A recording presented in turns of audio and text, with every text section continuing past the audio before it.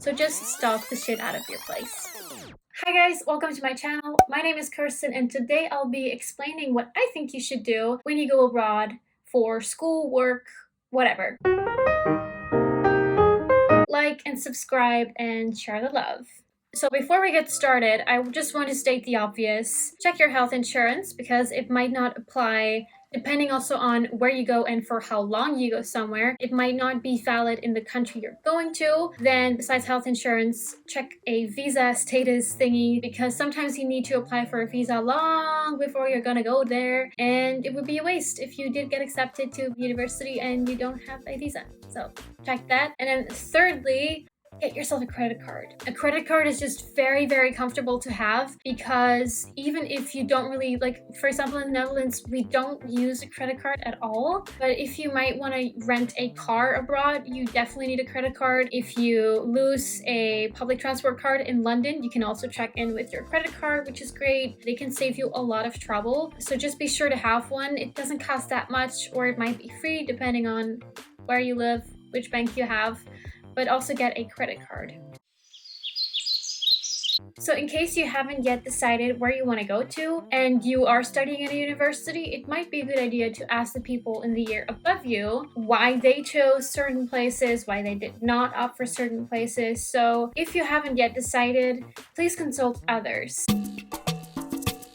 Check your financial situation because London, Singapore, and Dubai might sound like amazing places you want to go to, but you do need some money for that. There is a website that I used when I went abroad, and I think it's called Numbeo. You can literally just paste in the place you want to go to or you are in, and you can see all the prices per item. So for example, how much does milk cost? How much does rent approximately cost? How much does a gym membership cost? How much does a cappuccino cost? You can compare that. You can put in another city. So for example, Rotterdam versus London, where I went to. You can compare the two price ranges and you can set a specific currency. So what would it be if everything was in euros? What would it be if everything was in pounds? Be sure to make an Excel sheet, just put expenses, revenue, and put it against each other. Maybe you already have something like that if you're already living by yourself, but don't let it happen that you're already there for like a month or 2 months and then suddenly your money's gone because oops, you forgot to check. So if you know where you want to go to, congratulations, because it's quite an intense decision deciding where you want to spend the rest of your life. No, the rest of the 6 months, or maybe you're going abroad for a year. So good idea, and amazing that the university chose you instead of some other Karen. So now you know where you want to go. It is a good idea to check when the school semester is actually starting so you can determine when you want to move there. So depending on when you want to move there, you can check what the possibilities are. Maybe it's such a big distance away from where you are now that you have to fly. Maybe you can take the car, make a nice road trip out of it. Always nice. Or maybe you can take the train. Bit more sustainable option perhaps. So make sure to check what the possibilities are, what the prices are. Obviously, I mean, broke student life, unfortunately, and set a date. And then it's just that. When you're deciding whether you should go with a plane, with a train, by car, I can highly recommend checking the luggage possibilities for each of those options because, for example, with the car, you can just, depending on how big your car is, you can either maybe also rent a very big van if you want to take a lot, if you have to take a lot. Then of course with the car you can take a lot of things. So with Eurostar, I know that within the price of your ticket, you can already take 2 pieces of luggage with you. And it might be the same price as a plane ticket, but then you already have 2 big pieces of luggage that you can take with you kind of for free. So also read the small letters in the terms and conditions because that might make a huge difference.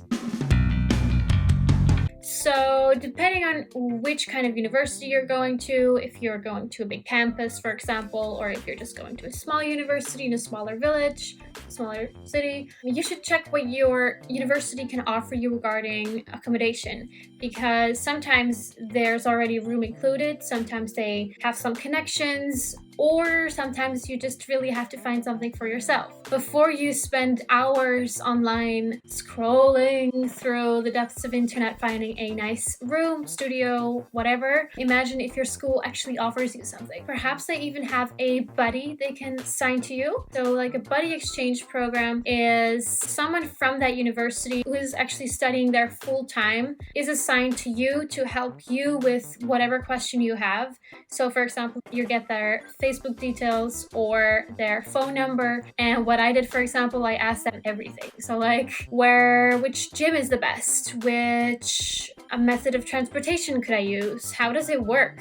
Public transportation. Where shouldn't I live? Where do you think I should find a room? Stuff like that. So that's also something that your university might offer, which is just so convenient because if only you knew all those things beforehand. So to go back to the housing, what I would suggest is if your school doesn't offer any rooms, whatever, just Google. Maybe Facebook has something, but just put in to find like the websites that offer a lot of rooms or studios or again, whatever you were looking for. Just Google housing student or not student because sometimes the student housing options are not the best. And then city X or university X, whatever. And then you can see already which kinds of websites do have a lot of assortment for you to choose from. And again, if you have people in the year above you that maybe went to the same university, ask them because obviously they have gone through this all. I'm sorry, I don't know if you can see this, but I have 2 big mugs of drinks because stay hydrated.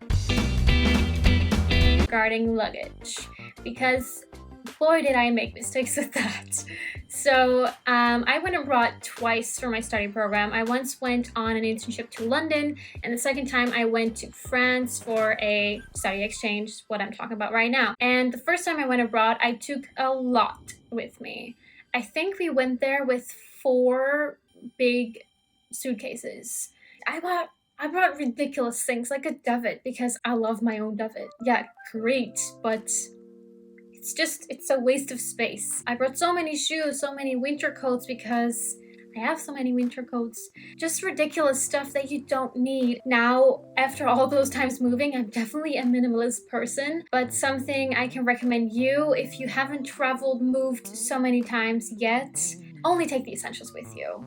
Obviously, you're gonna take your favorite outfit, your favorite loungewear, your favorite boots because you have to wear something. Bring outfits that you know you can wear with each other. Bring neutral clothing.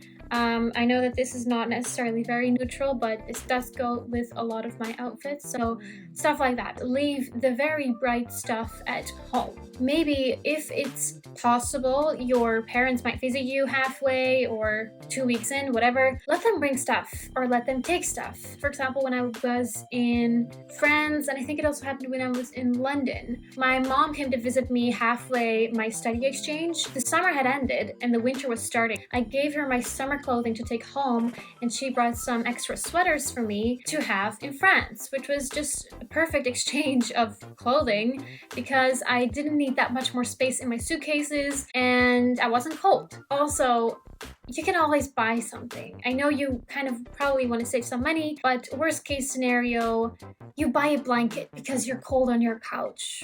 Like, whatever. Just buy a very cheap one. Because, like, stuff like that is big. You're also not gonna bring your huge plant, I think.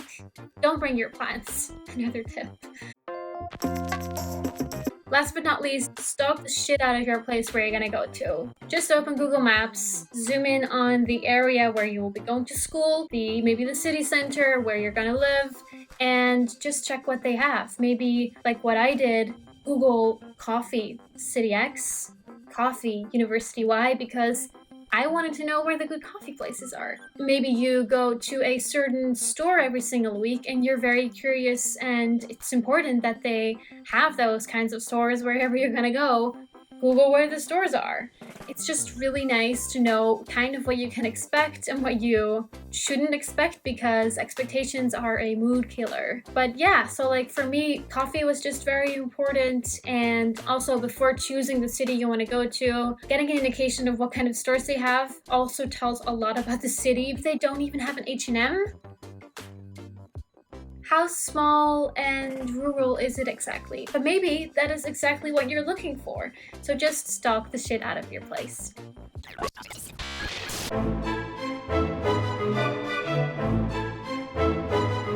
Thank you so much for watching. Please make sure to subscribe, like, and share this video. If you have some other tips, recommendations, whatever, put them in the comments below because it might help others. Also, let me know what you think I should be talking about next and maybe sharing next, or what you might want to know about me. So make sure to also put that in the comments, and I hope to see you soon.